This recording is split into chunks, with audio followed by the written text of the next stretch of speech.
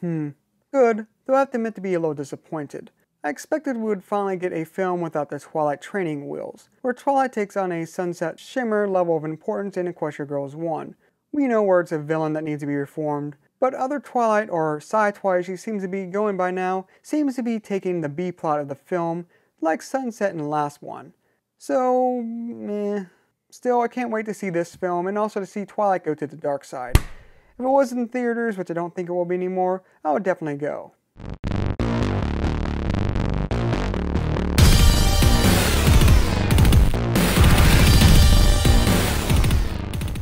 Hello y'all, this is Ninja DC, and I find it an odd coincidence we have this particular episode released the same week we have the early trailer for Equestria Girls 3. What I mean odd coincidence is they sort of both deal with the same subject material, sort of forking destinies or fate with Twilight's character, and that so where we get to see what would happen if Twilight never went to Ponyville, made friends, and became Princess of Friendship, long story short. And well, with the Equestria Girls film, we actually directly see that with Twilight, the other Twilight, where she never, went to Equestria High. Well, in this episode, we get Moon Dancer sort of as a stand-in for, Twilight, but she never went to Ponyville. However, while Moon Dancer is just a stand-in for other Twilight, she does get their point across and makes this a very effective episode. One of the most surprising aspects of this episode was its, a rather mellow ML Larson episode. ML Larson tends to get a reputation for being more explosive with his episodes. Just look at episode 100 for an example of this. Well, this episode is much more mellow. It feels more like a Cindy Moore or Amy Keaton-Rogers episode, where it's more about their interpersonal relationships, with not really much action outside of that. And in that regard, the interpersonal interactions are actually, feel very natural. While Twilight's old friends are not as standout memorable as West Coast Main 6, as I like to call the characters we were introduced to in the, season opener, they are still very, fleshed out. Especially Moon Dancer.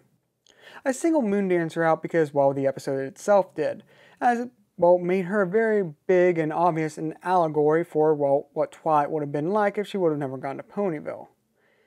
And see, that's also like why I say she's memorable is because when characters that are like this, that are obvious, supposed to be mirrors for other characters, she actually still feels very distinct. I like to say old Twilight was more of a geek, while Moon Dancer was more of a dork. They're similar, but they're distinctly different.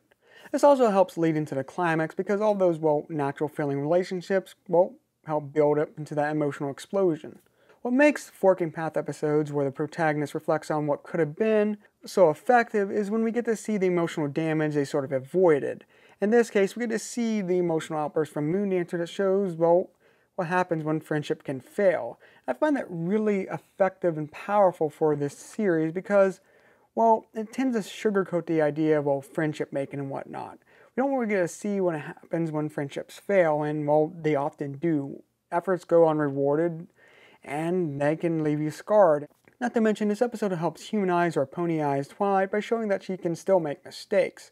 Like ignoring her old friends for, actually it's only been a year, but it's been over 4 seasons, going on to 5 seasons, so it feels worse for us.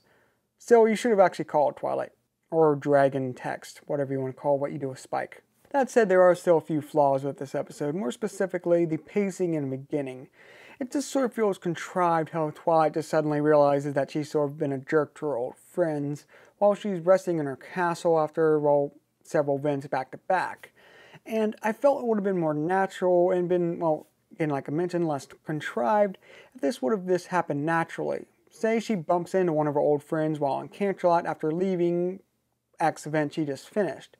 Say, for this episode's sake, she bumps into Moon Dancer, but hardly even remembers her and definitely messes up her name. That would also help set up the future episode by basically twisting the knife in her, Moon Dancer's back. That has to get resolved in the end. That way we don't have to waste time getting to Canterlot and better set up the resolution. Yes, I know that seems to be nitpicking, but the real rushed nature of the opening so it can quickly get to the end tends to create some awkward scenes, particularly with Twilight and her Twilightness in these rather natural conversations she's having with her old friends. Specifically, sort of like the whole apology. Basically, they're like nonchalantly, like if you ran into your old friends throughout the episode, like, oh yeah, we haven't been in contact with her, let's just go out and have a bite at Donut Joe's. However, she's just like, oh, this is great travesty. It just feels weird. I know Twilight's weird in that way, but it just feels weird overall in terms of the tone. I thought it would have been more natural if it would have had more time just to have them interacting, instead of just establishing the whole thing. That said, for an ML Larson episode, which tend to meander around the middle, this actually is very the pace pretty well. The structure is well organized, with a rather good payoff at the end in terms of its lesson. Not to mention this episode does a great job at showing Twilight's path not taken, and offers a preview of the themes that will be addressed again in Friendship Games. So another slam dunk this season for ML Larson. Good job. Stay away from Fluttershy still. Well, this is Ninja DC. Keep calm and an open mind.